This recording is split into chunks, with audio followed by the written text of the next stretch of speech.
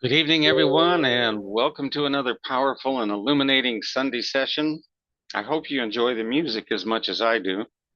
Let's see who we have in the house.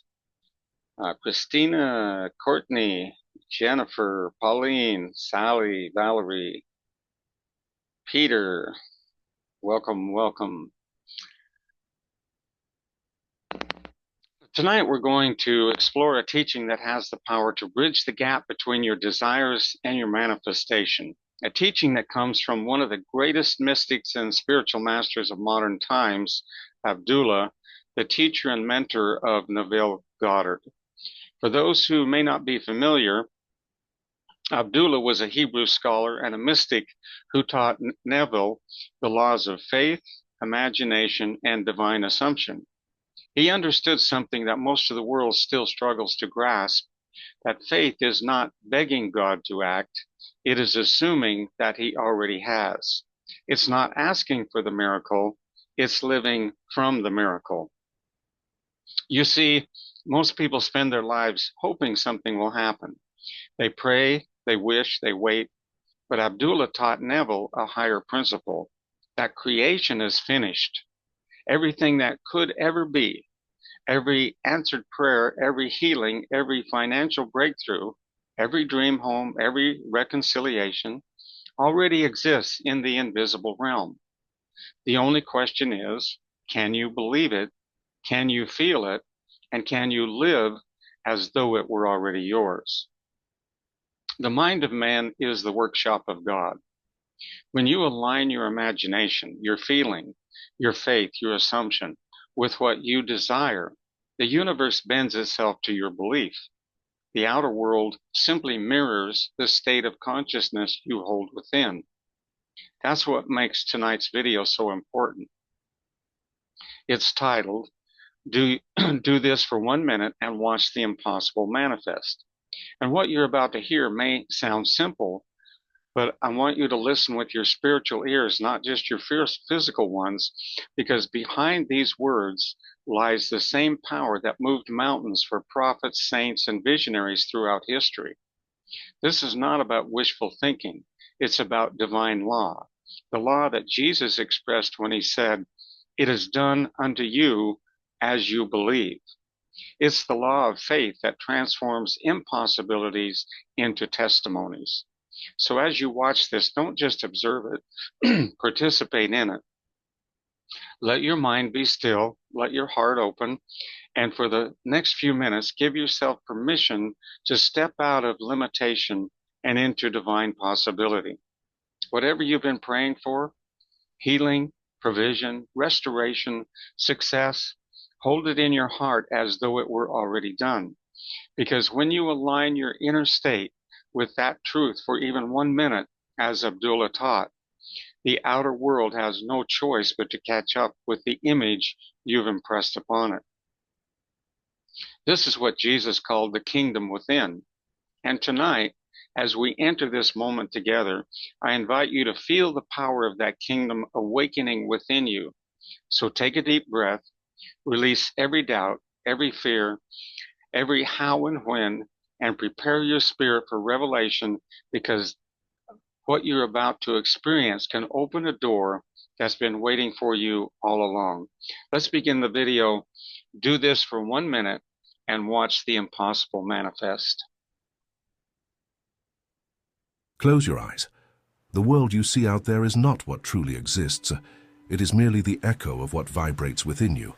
Every gaze, every encounter, every event that seems to happen is, in truth, the universe's silent response to what you feel to be true.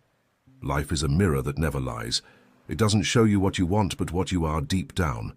And as long as you believe you are an observer of circumstances, you will remain a prisoner of them.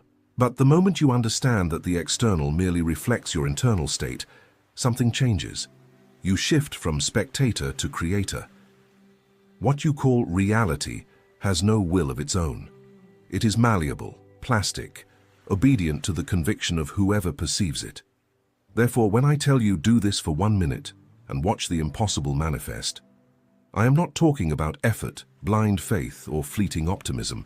I am talking about inner authority, The force that moves the invisible doesn't come from the words you speak, but from the feeling that sustains them. And feeling is born from conviction. Desire, by itself, creates nothing. To desire is to acknowledge a lack. To assume is to declare possession. Reality does not respond to those who ask. It responds to those who have already decided. For this reason, for 1 minute, just one, I ask you to interrupt the world's noise. Silence the doubting mind, close your eyes to the senses that lie, and enter the space where everything is possible, the space of conscious imagination. Breathe, and begin to affirm what you have chosen to be, 100 times if necessary, not like someone trying to convince themselves, but like someone remembering, because truth doesn't need to be created, it just needs to be reaffirmed. Understand this: each repetition is a hammer blow to the invisible structure of your mind, shaping what the physical world will later display. 100 times until the word ceases to be sound and becomes flesh, until thought transforms into sensation, and sensation into certainty. At that point, there is no longer any distance between what you feel and what you experience. The exterior, which seemed solid and insurmountable, begins to bend before the new image sustained within you. And that's when the impossible loses its name. Because the impossible isn't a law, it's merely the limit of your belief. 1 minute of pure conviction is worth more than years of misaligned effort. 1 minute where you feel ownership of what you desire is worth more than 1,000 days of asking for it.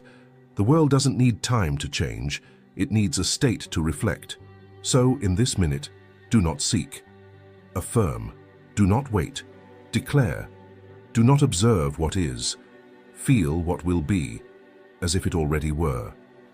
And repeat until your body obeys, until your mind silences, until your heart knows. The reflection has already changed. The impossible does not resist the one who remembers who the mirror is. Everything that exists outside of you is merely the mirror of what vibrates within. Circumstances have no life of their own. They obey the silent tone of your internal state. The most common human error is believing that the world happens to them, when in fact the world responds to them. Every word you say, every emotion you feed, every image you mentally repeat is a silent command sent to the mirror of reality. The reflection doesn't create, it merely returns what is being projected. This is why every attempt to change the exterior without first changing the interior becomes an endless struggle. It's like trying to correct a reflection without altering the face in front of the mirror. The world is a reflection, not an origin, and this is one of the simplest and most overlooked truths. As long as you strive to manipulate circumstances, people, situations, or outcomes, you continue to reinforce the idea that they have power over you. But nothing out there has any power except that which you grant it. Everything that appears, lack, abundance, love, rejection, success, or failure, is merely confirmation of the state you've decided to sustain, consciously or not. The reflection can change in 1,000 ways, but the cause is always the same, what you accept as truth deep within. Notice how faithful the reflection is. If you see yourself as limited, the world will give you proof of that limitation. If you see yourself as capable, opportunities will arrange themselves to confirm that vision. And when you change how you feel about yourself, no external force can prevent the transformation of the scenery. Reality is not stubborn, it is obedient. The problem is that most people try to command it with words, when the real command lies in feeling. It all begins when you stop reacting to the mirror and start observing it with awareness. Instead of saying, "Why is this happening to me?" ask, "What within me is being reflected here?" This simple shift returns your power. What once seemed like chaos reveals itself as correspondence. You realize that each situation is a coded message, a reminder of the state you are sustaining. And from that point you can decide, continue reflecting the same or choose a new inner image. Changing your internal state doesn't require physical effort, only emotional decision. When you choose to feel differently, even if nothing has changed yet, the mirror begins to reorganize itself. Sometimes slowly, sometimes abruptly, but always in faithful response to the new image you have assumed. And it is at that instant that the impossible becomes merely a matter of time. Because the reflection does not resist, it only knows how to obey what is looking at it. Every inner word is a seed. No thought passes in vain. Every idea, every mental phrase, every feeling sustained with conviction is a silent instruction to the invisible field that shapes your life. The mind is not a repository of random thoughts. It is a fertile garden where everything planted germinates according to the nature of the seed. Thoughts of fear, doubt, and scarcity take root just as thoughts of trust, abundance, and love do. The difference lies only in what you choose to cultivate and water. People often believe that thinking is harmless, but nothing is more powerful than the internal dialogue you repeat every day. The words you murmur in silence are creative decrees, saying "I can't," "I'm never lucky," or "everything goes wrong for me," is like sowing desert seeds in your own garden. Over time, the soil responds with what it has received, and there's no way to harvest them without first changing the type of seed. When you understand this, you realize that all power lies in consciously choosing what to plant. Saying "I am capable, I am prosperous, life favors me" is not empty optimism. It is internal engineering. Each repetition makes the mind familiar with a new vibration until the body and circumstances align with it. It's a natural process. The invisible begins to move, and what was just a word becomes an experience. That's why it's so important to monitor what you say to yourself when no one is listening. Spoken words have force, but thought words have command. It is in them that the unconscious guides itself to create. What you mentally repeat becomes the vibratory pattern that the world decodes as instruction. Thus, life doesn't give you what you want. It gives you what you believe yourself to be. Repeating a phrase doesn't change the world immediately, but it changes the center from which the world is perceived. And when the center changes, the reflection inevitably transforms. Every time you affirm something with feeling, you are carving a new path in your own consciousness. Circumstances then bend, as if they were merely actors awaiting the new script. Therefore, choose your words as one chooses their destiny. Speak to yourself only what you wish to see reflected. Water the right ideas with emotion, and the wrong ones will die from lack of attention.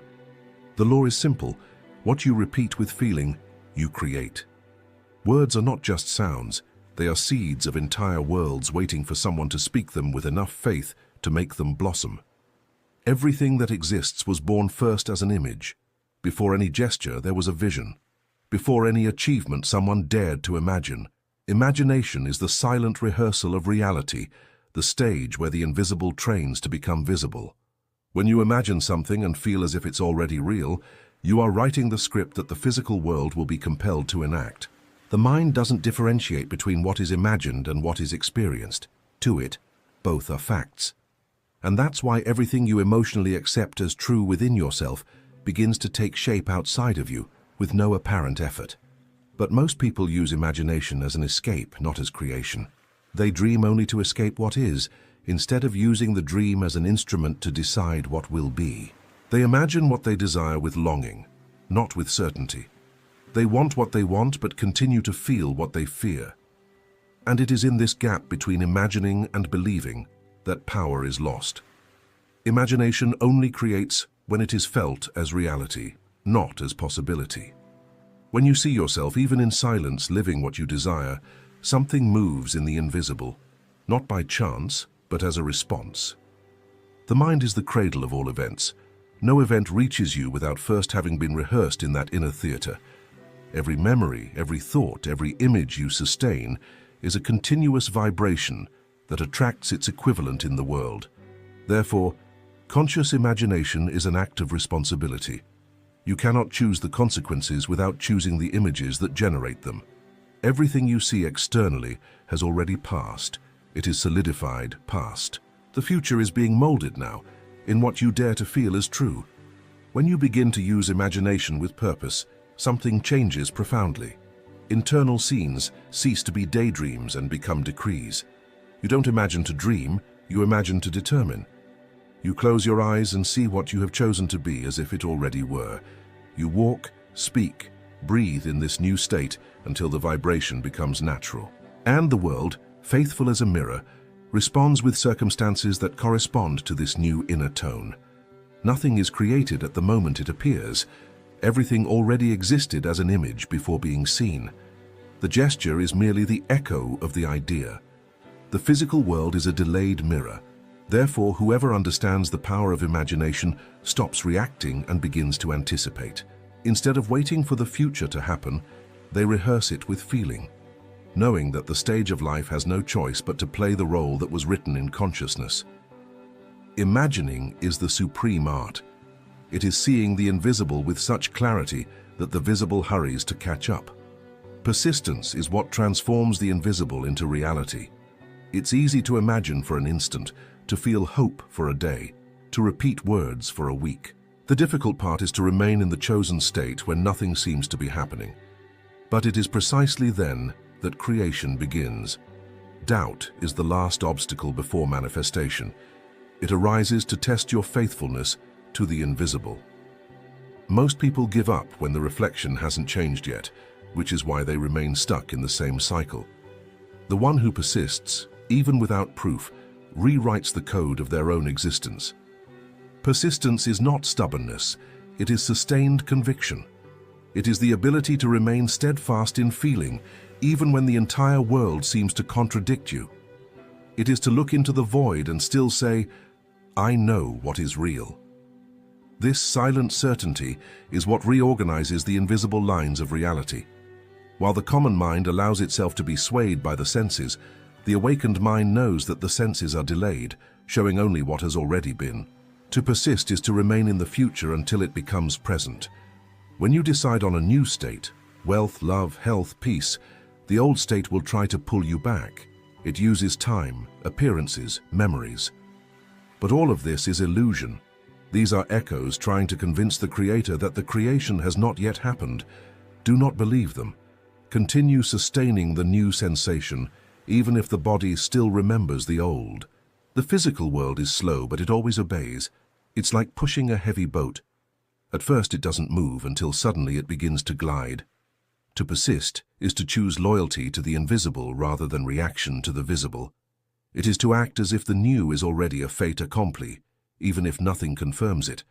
And the firmer you remain, the more the old loses its power. The previous vibration dissolves from lack of attention. The new state takes root until it becomes natural, and at that moment, the exterior has no choice, it must yield.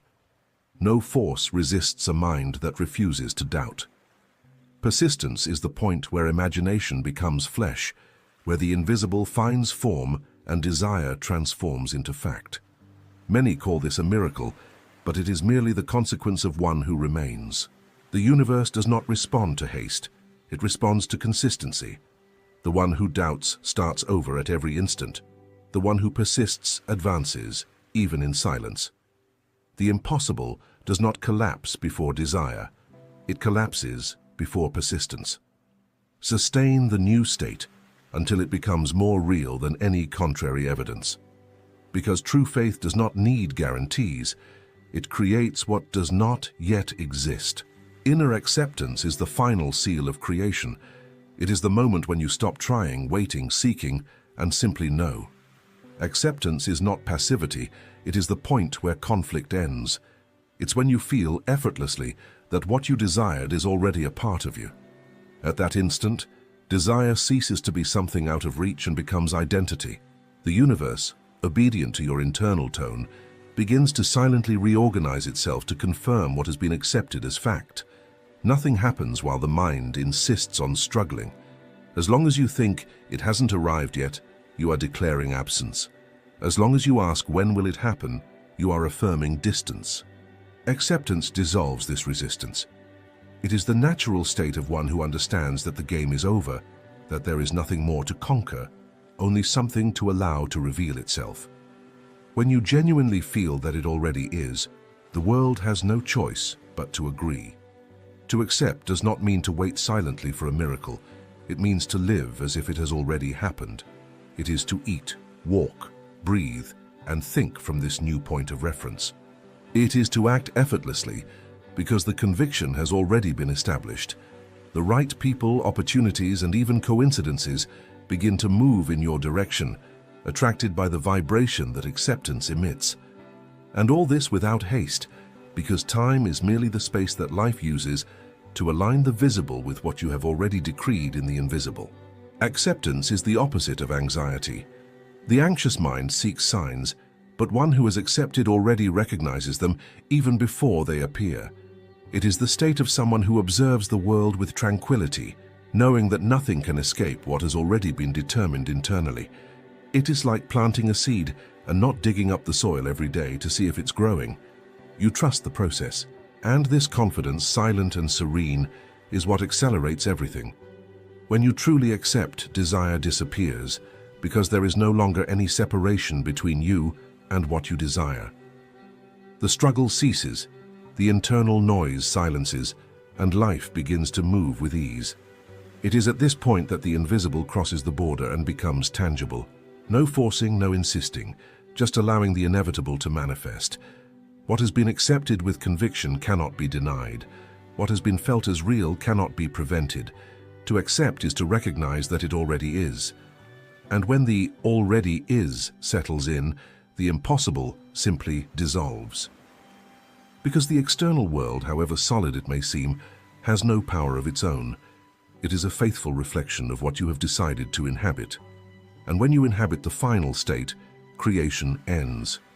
All that remains is to watch the reflection align with what, within you, has already happened. Now understand, nothing outside of you has the power to decide the course of your life. The circumstances, people, time, all are merely actors on the stage that your consciousness writes. You are not here to await miracles, but to reveal them. What seems distant is not impossible. It is merely unassumed. Everything you accept as truth within yourself begins to move in your direction, and the more convinced you become, the faster the world bows to the new order. Therefore, do not beg for change. Command it. Do not wait for life to prove something to you. Prove to life that you have already decided. The universe does not understand please. It understands certainty. It does not react to desires. It reacts to states. When you say within yourself with firm feeling, I am, you are sending a decree that no force can revoke. From that instant, paths open, resistances dissolve, and what seemed distant begins to approach naturally. Do this now, just 1 minute. 1 entire minute of absolute presence, of total certainty. Choose the state you desire and immerse yourself in it as if nothing else existed. Repeat 100 times if necessary until your body feels, until your heart knows, until your mind silences, and then just remain. Because in that instant, the world has already begun to change, not because you asked, but because you assumed it. The impossible is not what cannot happen, it is merely what has not yet been sustained long enough within you. When your conviction becomes stronger than appearances, the impossible is shamed and kneels. Remember, reality is obedient. It will always follow the command of the state you decide to live in. And when the state changes, everything changes. So, from today, live as one who already possesses. Think as one who already is. Feel as one who has already triumphed. Because the law is perfect, and those who fulfill it in silence see the invisible take form before their eyes.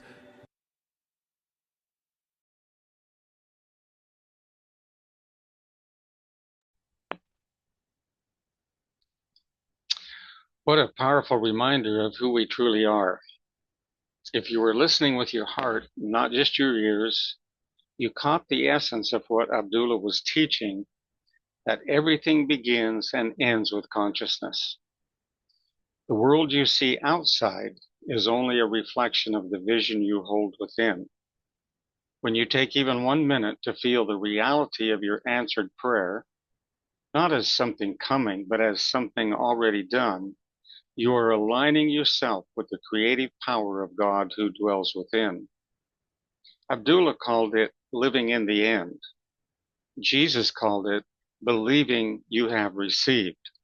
And both point to the same divine truth, that your assumption, when sustained with feeling, becomes fact. So as you move forward from this moment, remember, you don't have to struggle, chase, or fight to make things happen. You are not trying to create the blessing. The blessing already exists in the unseen. Your task is to simply believe it into visibility through faith, gratitude, and the quiet assurance that God has already done it. Every miracle begins in that sacred 1 minute stillness when you see the unseen, feel the invisible, and declare it as done. And from that moment on, life rearranges itself to make it so. Let's close with prayer. Heavenly Father, we thank you for this time of revelation, for reminding us of the creative power you placed within us. You said in your word, let the weak say, I am strong. And tonight we speak strength into every area of our lives. We declare that what once seemed impossible is now made possible by faith. Thank you, Lord, for awakening in us the consciousness of already having, not wanting, not begging, but knowing that all things are ours through Christ who strengthens us. Teach us to hold the feeling of the fulfilled desire, to walk in gratitude as though every prayer were already answered, and to stand firm when appearances say otherwise. We release every doubt, every fear, and every thought of lack. We open our hearts to your abundance, your healing, and your peace. Let this truth sink deep into our spirits and bear fruit in our daily lives. And now, Lord, as we close this gathering, may your presence continue to guide us. Let your light shine through us so that others may see your goodness and be drawn to that same truth that we've learned tonight, that with you, nothing shall be impossible. In the mighty name of the one who taught us all to call things that are not as though they were, we pray and give thanks. Amen. All right. Well, thank you for joining with us tonight. We'll be back again on Tuesday, same time. So set your calendars for that. Be sure to invite some people to join with us. Let's grow our little group here. It's going to be awesome what's about to manifest. With that, we'll say good night and God bless.